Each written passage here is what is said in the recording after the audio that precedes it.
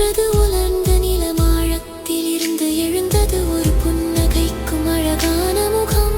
புற்கள் செடிகள் விதைகளையும் உயரமான மரங்களையும் வளரச் செய்தார். சூரியன் மற்றும் மேகத்தின் கீழ் எல்லா வகையான உயிர்களும் மலரத் தொடங்கின.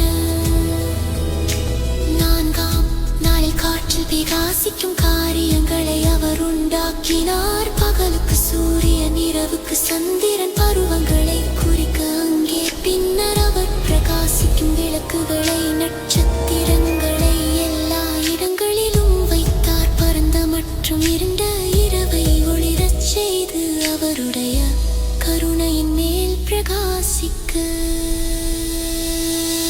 5ஆம் நாளில் அவர் கடலை சிறியதும் பெரியதுமான உயிரினங்களால் நிரப்பினார். சிறிய மீன் முதல் பெரிய திமிங்கலங்கள் வரை அவர் அனைத்தையும் உண்மையிலேயே படைத்தார். வானத்தையும் எல்லா வகையான பறவைகளால் நிரப்பினார்.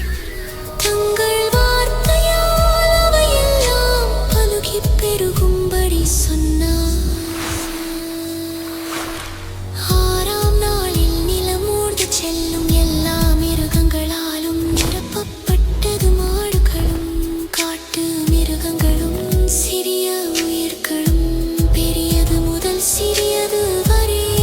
அப்பொழுது கடவுள், நம்முடைய சாயலில் மனிதனை உண்டாக்குவோம் என்றார். அவருக்கு ஜீவ சுவாசத்தை ஊதினார். இது அவர் செய்த கடைசி